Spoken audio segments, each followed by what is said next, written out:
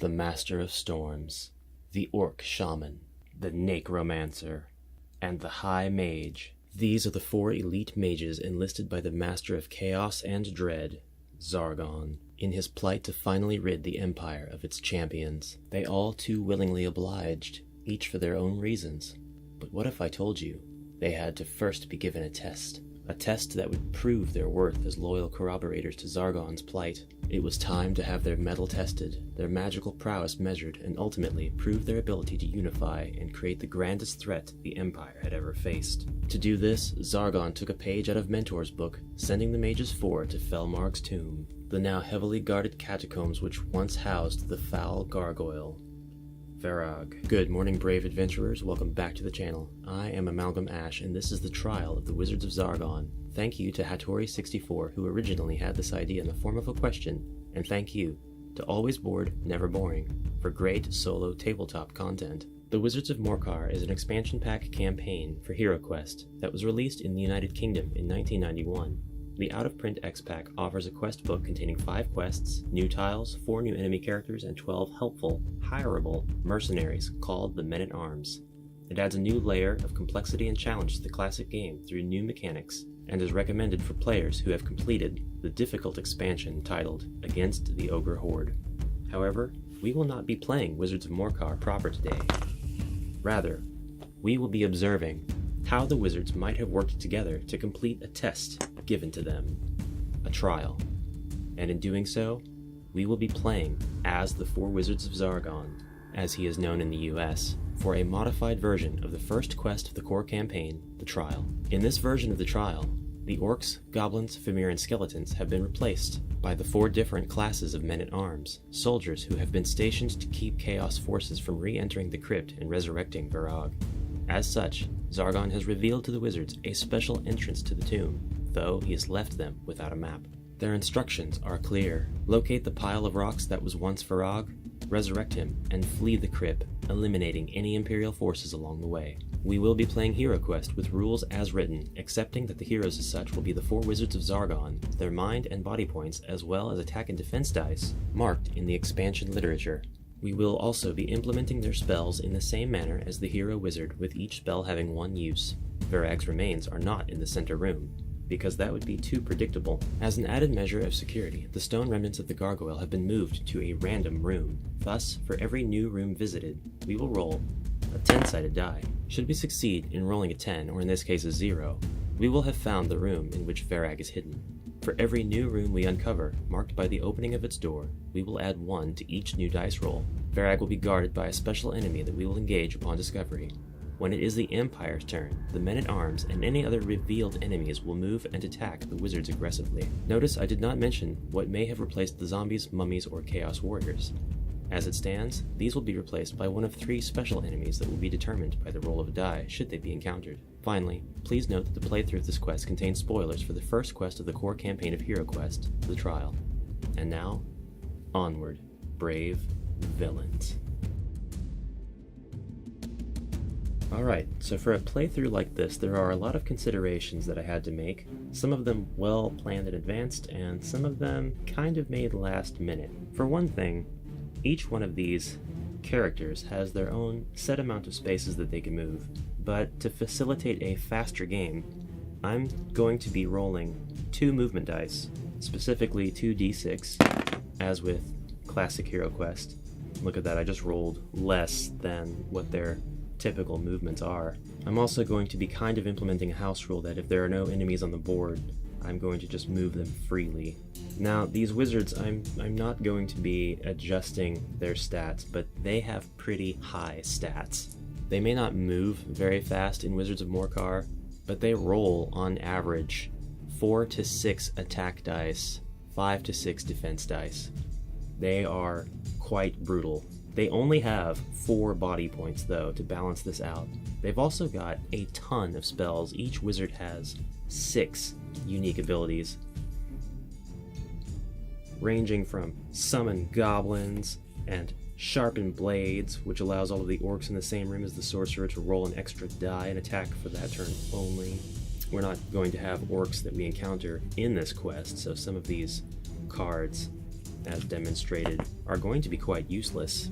To cards like Thieving Wind, this spell must be targeted at one figure. The figure loses one equipment card chosen at random, which is returned to the equipment card pile. This sort of thing, it's going to be a bit difficult to implement that stuff when we're really just dealing with men-at-arms enemies. But we'll fly by the seat of our pantaloons and begin. So for turn order, I'm going to go ahead and move them in the order in which they are encountered in the Wizards of Zargon. So the High Mage, Zanranth, is going first, and I'm going to go ahead and start his movement, the first of the roll being on the square in the corridor. I just want to get out of this room. Now we have an 8, and so we'll start with that and reveal what we can. And we can see the room, the door to the center room. My Zanranth figure, if you haven't noticed, he has the common issue of missing his crescent moon at the end of his scythe. It's too bad. 2, 3, 4, and I'm going to open this door. But now, you'll get to see some of these rule changes. So first things first, I've placed the men-at-arms that will be substituting the orcs in this room. They are swordsmen. And here's where I think the challenge of this will actually balance out quite nicely. The swordsmen attack with 4 dice, they defend with 5, so they're actually pretty powerful in terms of HeroQuest characters. However, they only have 1 body point each, which is pretty common of the monsters in the UK version of HeroQuest. The UK version of HeroQuest was meant to be more of an exploration game than a challenging dungeon crawler.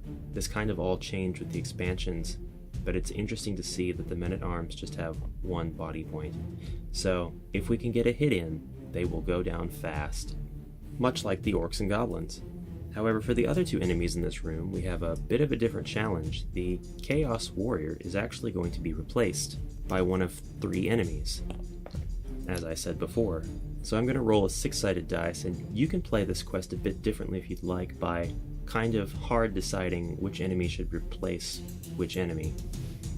But I didn't think it would make much sense for Chaos Warriors to be hanging out with the men-at-arms. That's why I'm going to replace a Chaos Warrior with the enemy that I'm going to choose by roll of the die. If I choose a 1 or a 2, or roll a 1 or a 2 rather, a 3 or a 4, or a 5 or a 6, that will determine which of the 3 that I'm going to be using. You can see I've rolled a 2, which means the Hero Dwarf has replaced the Chaos Warrior in this room, and the Hero Dwarf actually will retain all of his body points, as he does in the core game of HeroQuest. So there we go, there are my enemies. Now, since I've opened the door, I'm going to roll my 10-sided dice, and we're going to see if Varag's remains are in this room. If they are, I gotta be honest with you, this would be way too short of a playthrough. So I'll probably re-roll, give myself a bit of a mulligan behind the screen, so to speak. If I did get a 10, I got a 2, so there's no risk of the gargoyle being in here. Of course, when we encounter the gargoyle, we're not going to fight him. They're just inactive remains. It's the enemy that accompanies the gargoyle that worries me. So, we have enough movement space now to walk up to one of these guys and actually just attack him outright, and I think that that's what we'll do. So move Zanranth here, and we'll just roll his prescribed number of attack dice, which is 5. Very good attack, 3 skulls. Swordsman would have to roll 3 white shields in order to mitigate this. And he does not. He rolled a perfect attack. I'm beginning to think that a house rule might be a great idea if you decide to make a whole campaign, or even one scenario, as I'm doing, out of the Wizards of Morcar reverse as heroes, but I'm not going to be implementing a counterattack house rule. I do think that that would make for a great mechanic. If you roll all skulls on a defend roll, that it results in a counterattack. But this first guy, yeah, he's out. I don't know exactly what these wizards are eating for breakfast, but they're like, why do they need magic? They are powerful. That's one very successful move. We're going to go ahead and move now the Storm Master for of course. 1, 2, 3, 4. That places the Stormmaster Baruch right at the doorway, and I can see everybody. And yes, per the rule book, I can see into this room, and I can see the monster. In this case, the dwarf. I don't want to just run up to people and slap them. As these wizards, I'm going to use one of Baruch's magical spells, at least one of his relevant ones. We have Lightning Bolt. May fire a Lightning Bolt in a straight line of 6 squares. Use the Lightning Bolt card piece to determine who was hit. Anyone hit is attacked with 3 combat dice, which they may defend against in the normal way. So if we move the door, I think we miss the dwarf if we fire it at the men-at-arms. And I'm interpreting this as I can fire this in a straight line, but not necessarily aligned with the grid. I don't see that as being expressly written, so that's how I would play Lightning Bolt. What do we have for Earthquake? Okay, Earthquake would be pretty overpowered. If I had my Storm Master here, I would use Earthquake, because all those caught would suffer 1 body point of damage as if they had fallen into a pit. And there is no defending against that. That's pretty awesome. Hurricane.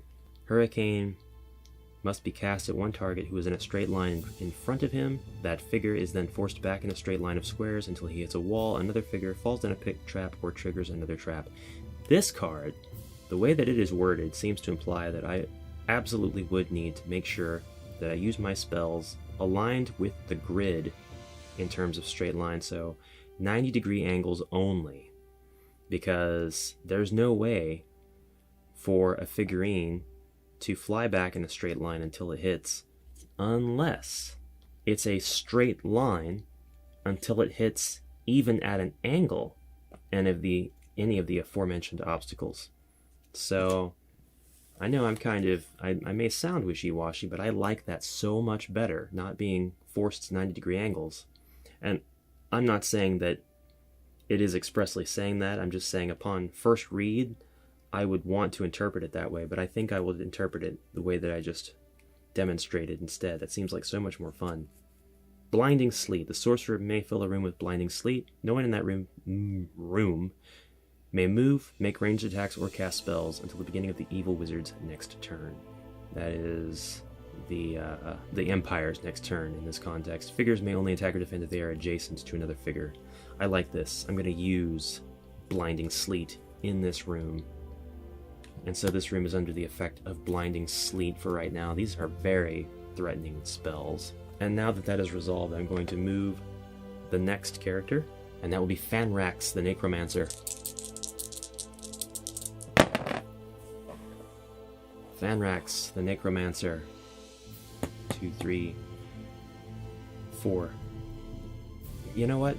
He's actually going to bypass the room entirely. He is not going to stick around waiting for these buttholes to clear this room. He's going to advance this quest. And we're going to go ahead and use Call Skeleton. This spell summons 2 skeletons which appear immediately anywhere within sight of the sorcerer. They may move and attack at once. What a threatening spell. I'm actually having a lot of fun.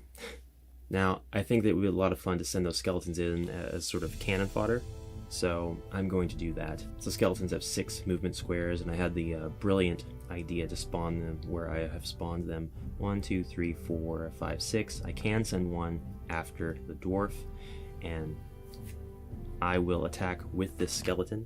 What fun, attacking with a regular monster, but you know, I get to be in control. And in classic HeroQuest fashion, I would roll 2 white shields. 1, 2, 3, 4, 5, 6. This skeleton can easily reach the dwarf on this side, and has actually entrapped the dwarf on this side of the room, sort of. And the skeleton will roll, and it's rolled 1 skull. So the dwarf will now roll 2 defense dice. Whoops. Black skull. Should I count white skulls for the hero? I think I will, because not white skulls, white shields instead of black ones. So, because I'm playing against the Empire and the heroes, question mark?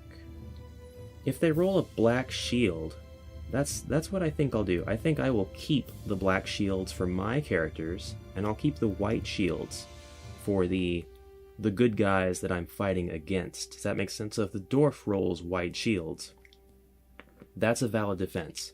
It makes the enemies that much tougher, it makes me that much weaker, and I think that that is needed for this balance.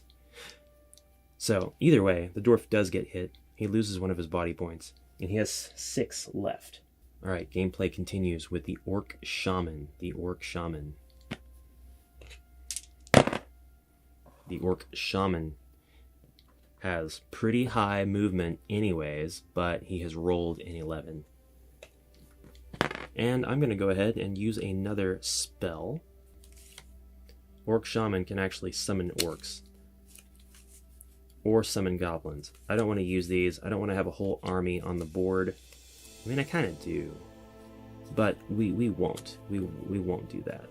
Instead, we'll use Spirit of Vengeance. This spell allows the sorcerer to send an invisible spirit to attack any one figure on the board. The spirit attacks the figure once with 4 attack dice, which may be defended against in the normal way, and then vanishes. The spirit itself cannot be harmed. So, that's it. The dwarf is about to get attacked with the Spirit of Vengeance. What a cool spell. 2 skulls. What does the dwarf have to say to that? The dwarf has to say, that's 2 skulls. And the dwarf loses 2 more body points. So we're down to 4. Continuing the battle, it is now the Empire's turn. The swordsman may move 4 squares.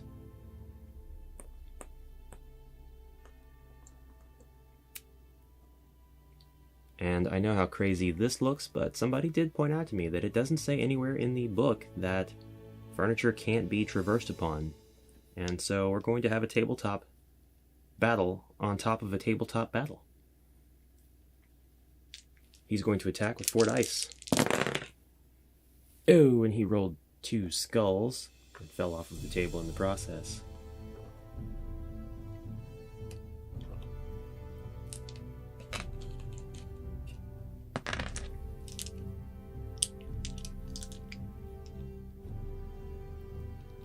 Groshak rolls 5 defense dice and can only defend against 1 of those hits. Groshak has suffered 1 point of damage.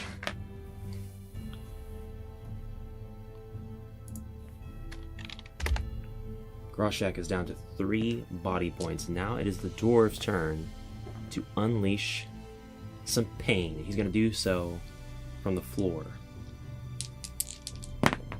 2 skulls. A noble roll. Absolutely no defense whatsoever. Groshak loses 2 body points, amazingly, thus ending the Empire's turn. There are no healing spells in the Shaman's repertoire. Let's see how I can deal with this. What kind of spells can Zanranth cast? We have Rust. We have Dispel. The sorcerer may pick 1 spell using character and force him to discard 1 of his spell cards. That does not matter. We may Escape. Wow, any unoccupied square on the game board. I kind of want to do that. Madness. Cast the spell on 1 figure to effect it with a frightening madness. The wizard player then may move that figure on his next turn, although the affected figure may not attack or cast spells. I won't do that just yet, I'll save it.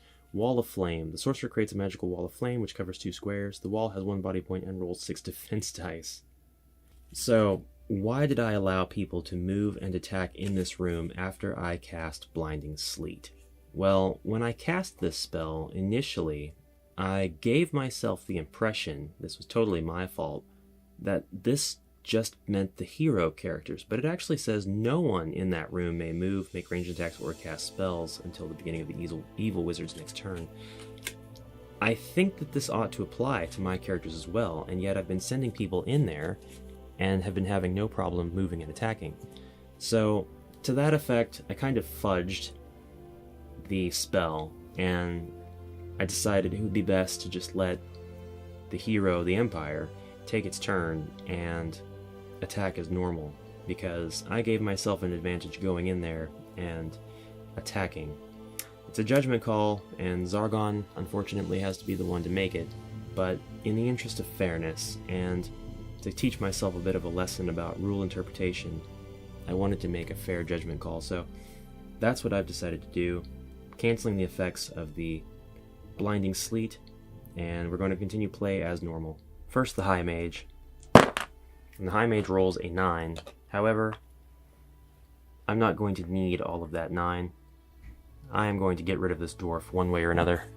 Boy, the High Mage's loadout is not at all one of offense. The High Mage really is a character that is most dangerous when he's going around slapping people. So that's what we're going to do. We're going to slap the dwarf. And it's a pretty hard slap with 3 skulls. The dwarf is going to roll 2 defense dice, and he's able to mitigate one of those, but he takes 2 body points of damage. It's the Storm Master Baruch's turn. I'm going to have the Storm Master go ahead and enter the room as well on a Snake Eyes roll. 1, 2. Getting a bit crowded. That is a classic HeroQuest problem. No problem though. Now we are going to cast Lightning Bolt. We're going to fire a Lightning Bolt in a straight line of 6 squares and use the Lightning Bolt card piece to determine who is hit. Anyone hit is attacked with 3 combat dice. I don't necessarily need to use this to determine that the skeleton and the dwarf will both be hit. Let's hope I don't roll something crappy. I rolled 1 skull.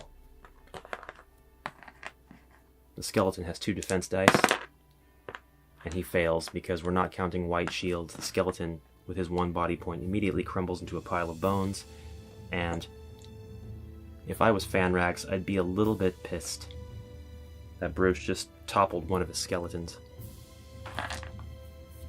This sort of infighting does make sense, though. Now the dwarf defends.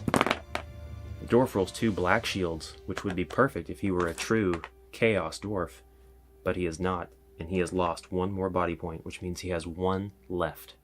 Excellent. The stage is set. It is the Necromancer's turn. The Necromancer is going to continue down the hallway. 5.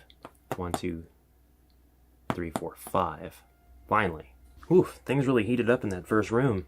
Since it's the Necromancer's turn, let's see what abilities he has. He has Raise the Dead, casting the spell on another player's turn. After a monster has been killed, the monster is then replaced with a skeleton, which can move and attack immediately. We can use this. However, I think in this context, it's only going to apply if one of the other wizards falls. He is a Necromancer. He should be able to raise anybody, including a man-at-arms, and in fact, I think that would make a lot more sense, so I'll make a judgment call on that later. Summon Mummy. The spell summons a mummy which will appear in any square adjacent to the sorcerer. I think we'll go ahead and use that. The sorcerer may hurl his spell at 1 target in sight. That figure then automatically loses 1 body point. That is a great spell. Skulls of Doom. The spell allows the sorcerer to hurl a magical skull at any opponent in his line of sight. The skull explodes like a fireball and attacks the target with 2 combat dice. Fear. Alright, we're going to summon the mummy. And look out, there is a mummy on board. While he can move and attack immediately, I think I'm just going to have him hang out and not do anything. It's the skeleton's turn. The skeleton has 6 movement squares, and I think I'll have the skeleton move right here at the edge of the table. It's kind of difficult to discern that all 4 of these characters are just taking up 4 squares in the grid. The skeleton is going to attack the dwarf.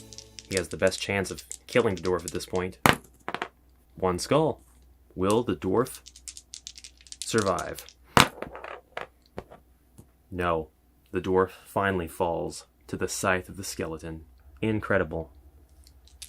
Now it is the Orc Shaman's turn, and at this point I just want to slap this guy, so that's what I'm going to do. The Orc Shaman, Groshak, rolls 5 attack dice. We have 2 skulls in the assault. The swordsman can roll 5 defense dice, and he defends against it easily. 5 defense. That's my turn. The smartest thing for the Empire to do is attack Groshak. He has only 1 body point, so the swordsman is going to attack with his 4 attack dice, which is a pretty bad attack. I now have a 1 in 6 times 5 chance of defending against this. And I defended against it. I defended. Groshak is unharmed. My turn. The High Mage had to roll his movement.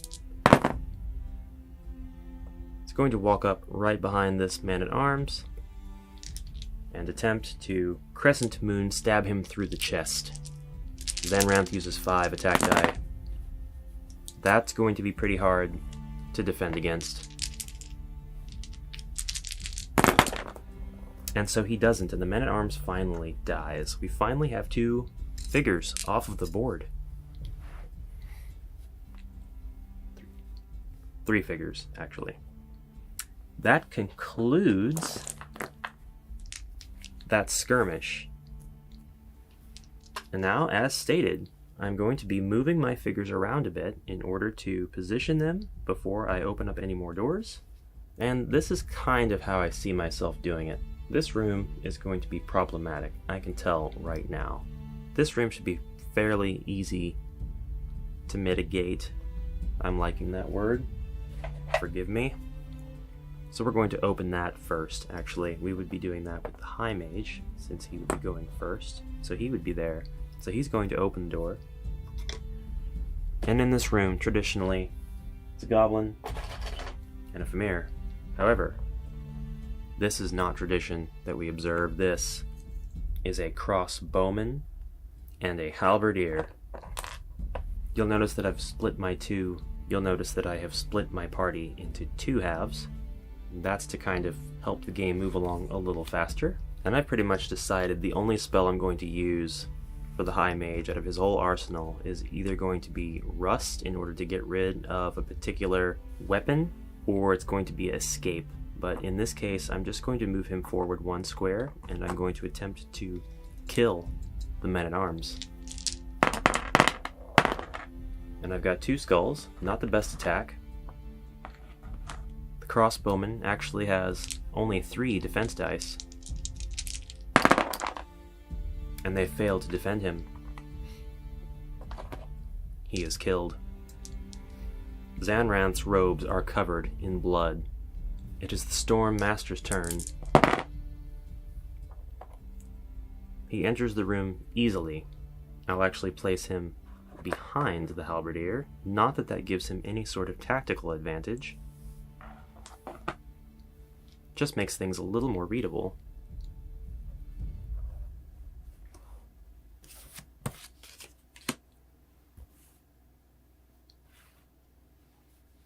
The halberdier has 3 attack and 3 defense dice. His great advantage is that he can strike from a diagonal position.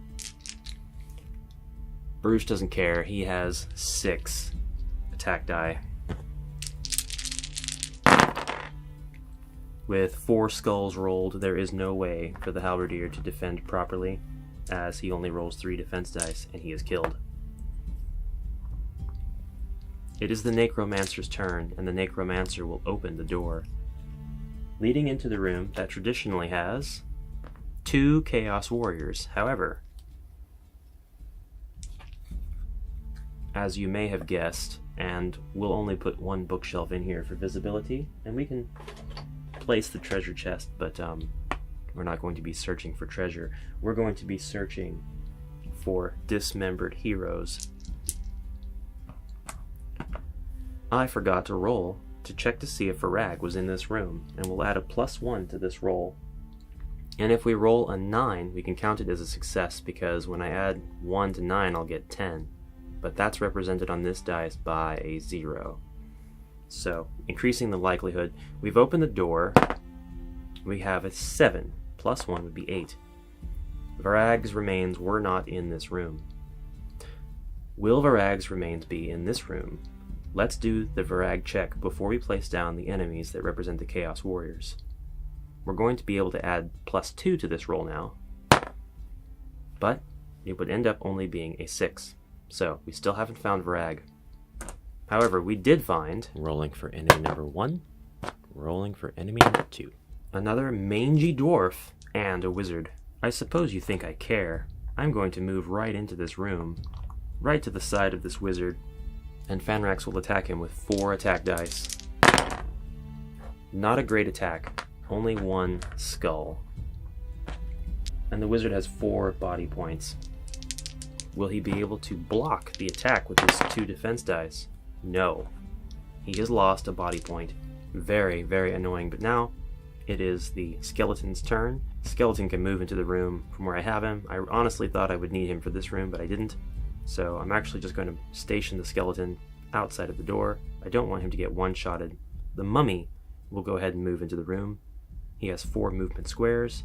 That's more than enough to reach the wizard and attempt to kill him. 3 attack dice. Let's go. Decent attack, 2 skulls. I can't complain. Will the wizard be able to defend? He does defend against 1, but loses a 2nd body point. The wizard is down to 2 body points. The dwarf has all 7 of his. It's time for the Orc Shaman to come into play. All of the Orc Shaman's spells, except for the Spirit of Vengeance, are very much based on there being orcs and goblins on the board. And so we are going to, do we want to summon 4 goblins? That would be an absolute cluster. I don't think I want to summon 4 goblins. I think I'll just walk him right into the room and attack. There's a problem. I cannot reach the wizard. So I'll just go ahead and station him right here, blocking the dwarf from being able to attack the Necromancer. I think that it actually might be a lot better if I do summon those goblins. I'm remembering that Groshak here has 1 body point left. He is very susceptible to dying. And so, guess what?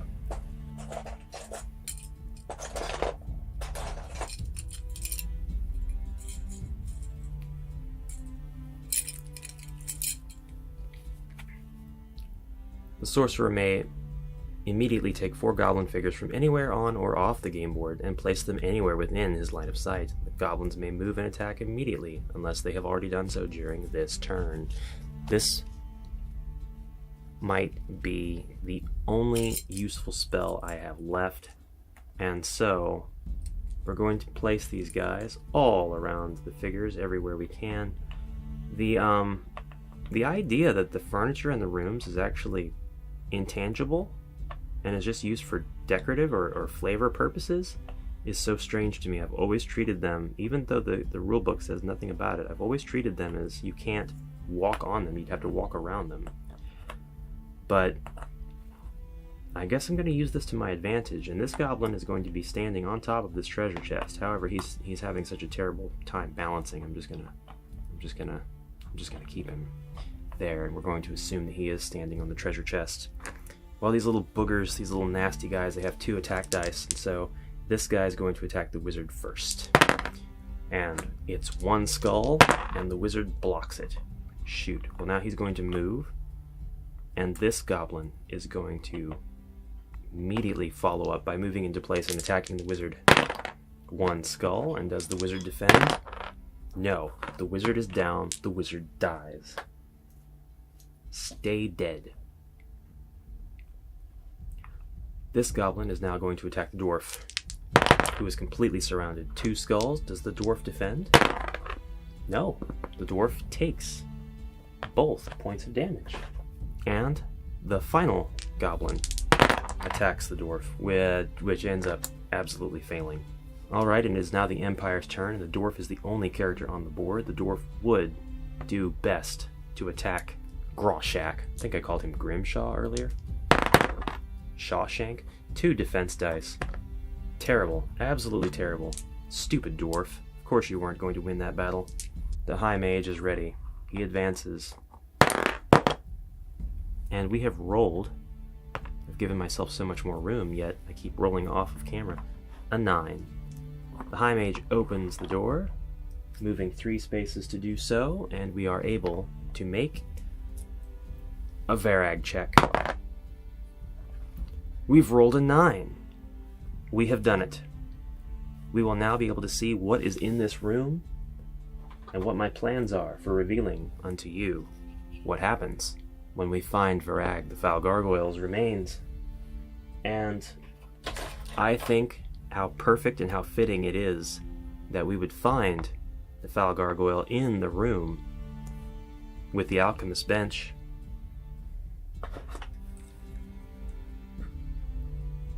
And the bookshelf. Instead of orcs, again, we've got 2 swordsmen. We've got a pile of rubble that will represent Varag.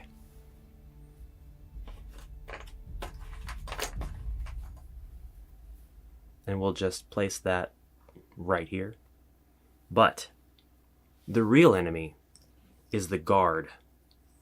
And the guard of Varag is none other than the Barbarian hero. The Barbarian hero stands ready to strike down the forces of Zargon, who would dare attempt at resurrection. Let's go ahead and take out this first man-at-arms. 5 attack dice it is. Whoops.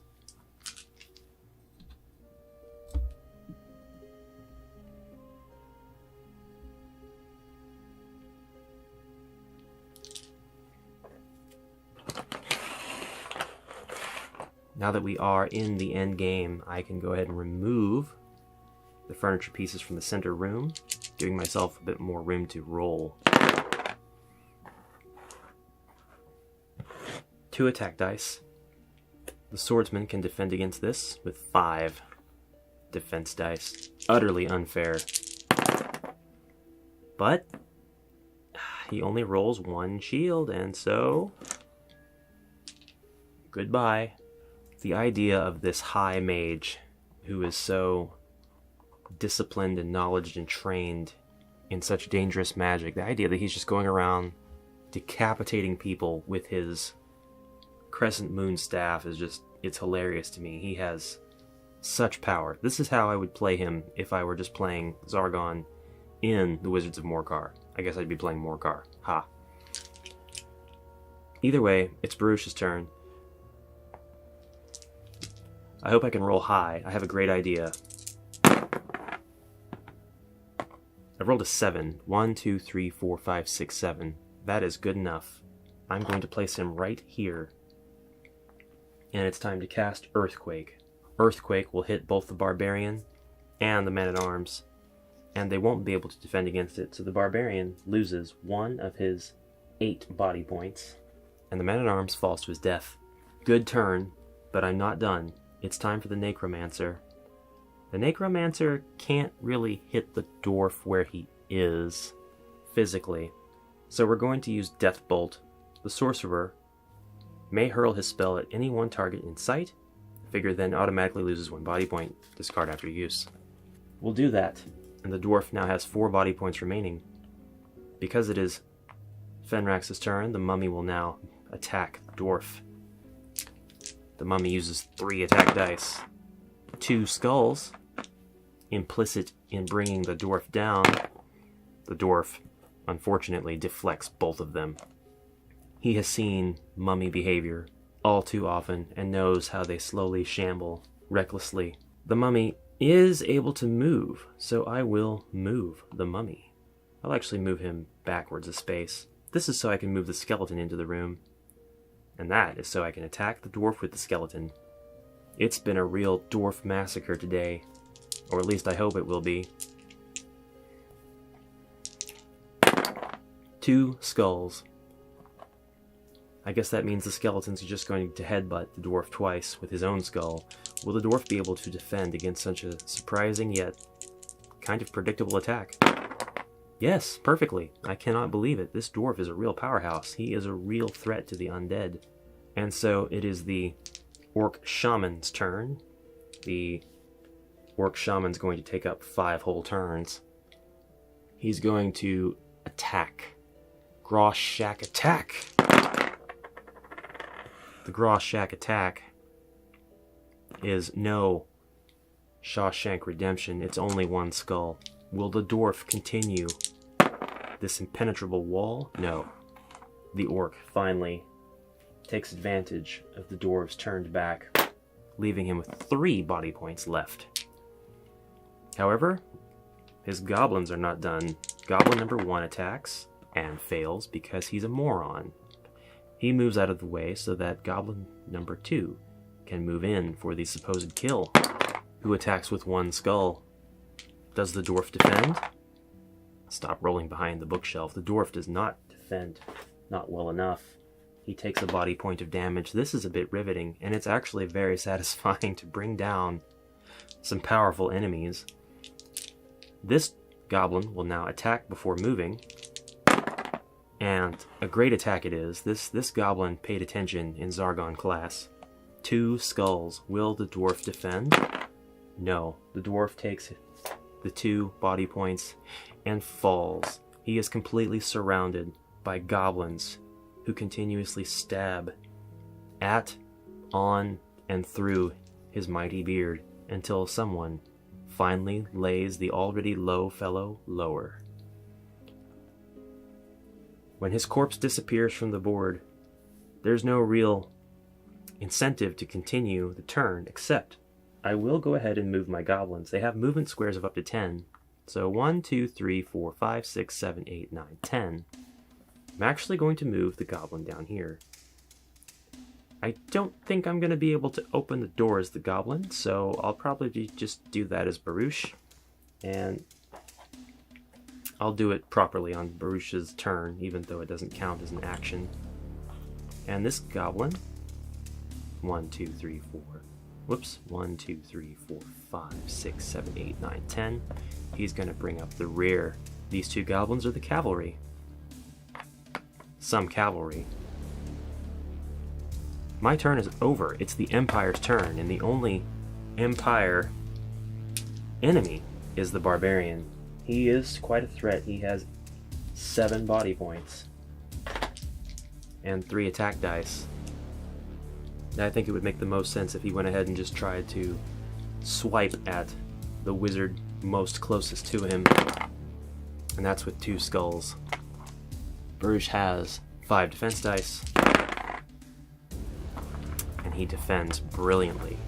The Storm Master is quite hardy, I think. I don't think the Barbarian is able to escape this room, so he is stuck where he is. Not really much of a tactical advantage in retreating to the corner of the room, so I'm just going to... Actually, I will move him to the corner of the room. I won't roll for him. I'll go ahead and allow him just to move to the corner, where my wizards would only be able to attack him 1 at a time, and when the High Mage gets in there, he's only going to be able to move in and attack him, and Baruch will have to find a different way. So 1, 2, because I wouldn't roll any lower if I were to roll for movement, and the High Mage will now begin Zargon's attack by attempting to slap. And a great attack it is, 3 skulls. The Barbarian is able to roll 2 defense dice. Does he mitigate? Completely off camera, are we? He does. He mitigates 1 of those 3 skulls. He does take 2 body points of damage, though. I think we can all see where this is going to go, but it's still necessary to see it through. You never know, RNG could have the Barbarian completely tear apart every single Chaos Force here. You never know. It is Baruch's turn. Baruch the Storm Master, does he have anything I can use? He has Hurricane, which I have no reason to use. He has Earthquake, I've already used Earthquake. Wall of Ice, which has a body point and 6 defend dice, but it can't attack, so we're not going to worry about that. And Thieving Wind, which, while I could take away the Barbarian's sword, it is always implied to me that their starting weapon is just what they roll for attack no matter what, so I think that spells like Rust are more for the things that you buy in the shop and what you acquire during your quests. So we're not going to be using any spells as Bruce, we're just gonna turn around and open this door. And now it is Fanrax's turn. Fanrax is angry at the world because of his parents. They named him Fanrax, and so, I mean, he did what any self-respecting student would do, became a Necromancer in order to exact his revenge upon humanity. 1, 2, 3, 4, 5, 6, 7, 8. I can't really do much about that, so that's all we will do. It is now 1, 2, 3, 4, 5, 6. We'll just have the undead go the other way. 1, 2, 3, 4. I think. Yeah, Mummy can only move 4 squares, and that's fine. The undead are just going to go the other way around. No real reason for it. Actually, I will have the skeleton move this way instead, so he's not going to get knocked over constantly by rolling dice. My Orc Shaman doesn't really have anything useful left, so he's just going to stay put. His greens, however, his greens are going to move 1, 2, 3, 4, 5, 6, 7, 8. And a 1, 2, 3, 4, 5, 6. And a 1, 2, skip a few, 10. It's the Barbarian's turn. He's going to attack because that's all he knows how to do. 2 skulls. This is quite a showdown. Zanranth has 5 defense dice, and only 1 has proven to be useful. So Zanranth is down his first body point of the game, and now that the Empire's turn is over, it's time to attack the Barbarian back, this time with 5 attack dice. Oh, what a horrific roll. What a most abysmal roll. Zanranth must be reeling from that Barbarian sword to the head. I'm going to move him 2 spaces rather than roll for movement, because there's no way that I would roll any lower than a 2, and I don't need to roll any higher because that's all I want to do with him. Baruch is going to move in as long as he can make the appropriate steps to the cornered brute, and he can, so he will. And he is going to attack with 6 attack dice. And in doing so, we have 3 skulls.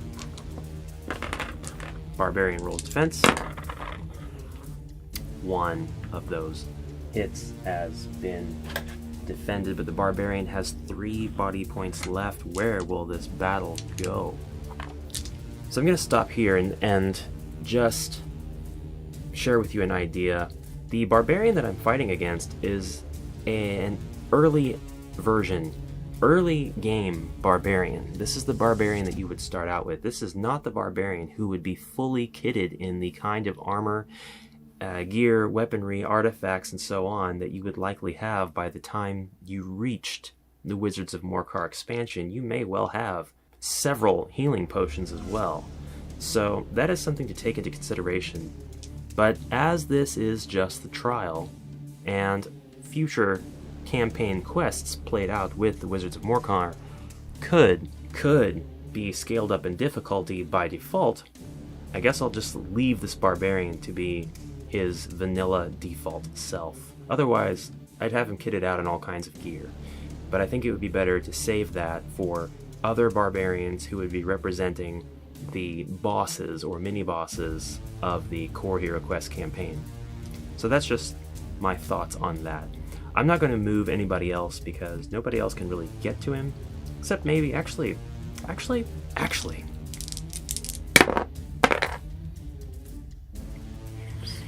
bad place to roll. An 8, I know this looks like a 9, but that's not supposed to be there. This is the 3, this is a 2 with a white dot in the middle. But that was for Fanrax. 1, 2, 3, 4, 5, 6, 7. He's going to enter the room, and I'm actually going to use Skulls of Doom.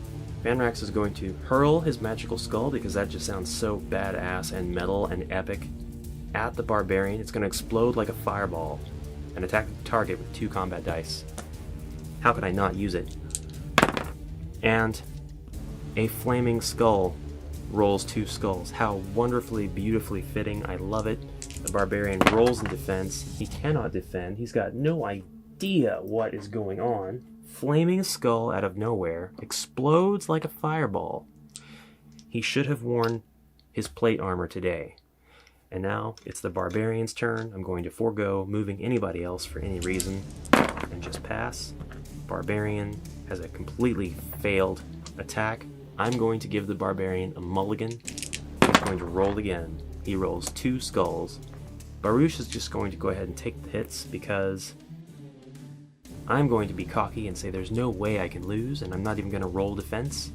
So Baruch takes the hits, and now it is my character's turn. Zanranth is pretty much going to chill in this room, and Baruch is going to lay the smackdown on this 1 body point Barbarian with his 6 attack dice. Ladies and gentlemen, good game.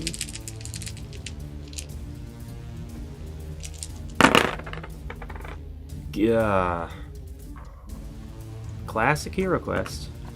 Classic, nothing is guaranteed HeroQuest. 2 skulls. The Barbarian could defend against that. I better not count him out. But he doesn't. Game over, Barbarian. Game over. So, the game did play out a bit longer than I planned. I was originally going to have Varag actually come to life in this room and go ahead and begin attacking the wizards as if it had been resurrected with the Empire's balanced order magic and was ready to attack the wizards, almost as if Mentor had a heads up on their arrival, because Mentor is Mentor. Of course he has Lore Tome. He would be able to pick up on these kinds of things, wouldn't you think? Maybe. He did, after all, at the beginning of Wizards of Morcar, have the wherewithal to warn the heroes to begin with, so this sort of thing, this union of the Wizards of Morcar with Morcar had to be made public somehow, right? Or if not public, at least in the realm of knowledge that Lore Tome was able to acquire for Mentor. And that's it. I hope that you enjoyed this playthrough. I worked to try to make it make sense, but I taught myself that there's no such thing as being too prepared. I thank you very much for watching, and please let me know any thoughts that you have about this particular homebrew in the comments below. I know it was a very long video, at least by my channel standards, so if you did make it this far, please comment "All Hail Zargon." And if you'd like to suggest playthroughs of any particular idea, I'm more than happy to consider every suggestion. I hope you have a fantastic, chaotic day, and I'll see you again tomorrow. Until then, bye for now, brave adventurers.